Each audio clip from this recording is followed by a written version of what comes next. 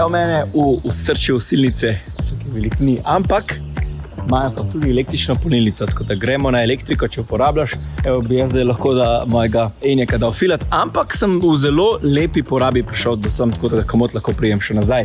Zdaj pa v tisto smer. Strma Reber je prelaz, ki povezuje Kočevsko reko in osilnico in je zagotovo najbolj fotogenična cesta v Sloveniji. Ima 19 terpentin, čakate 720 metrov višincev s povprečnim naklonom skoraj 9% in največjim naklonom 17%.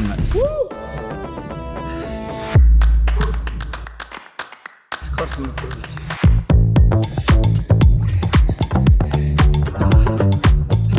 Moram priznati, da sem si mogel pomagati s cikcakanjem, ker nikakor ni šlo direktivca, čisto je bila prevroče. In recimo, da je tukaj obvezen postarek.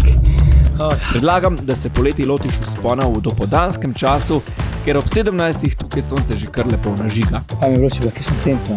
Če pogledamo profil trase, nas po začetnem vzponu čaka spust in ravninski del, to je resna uživancija. Večinoma odličen asfalt, ne preveč prometna cesta, lepi ovinki. Iha! Čau! Sploh spust mimo gradu Kostel, oh my god, kako tam lepo leti.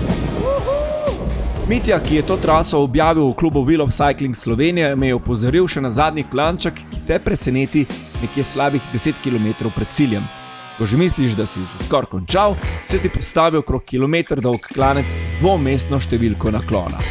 Res boleče. Ampak važno ob Kolpi, sončni zahod, zelena narava posod naokrog. Ful škoda, da mi je na zadnjem klancu zmanjkalo baterije na kameri, da bi vam to pokazal. Zgleda, da boste morali sami preveriti na lastne oči. Škoda.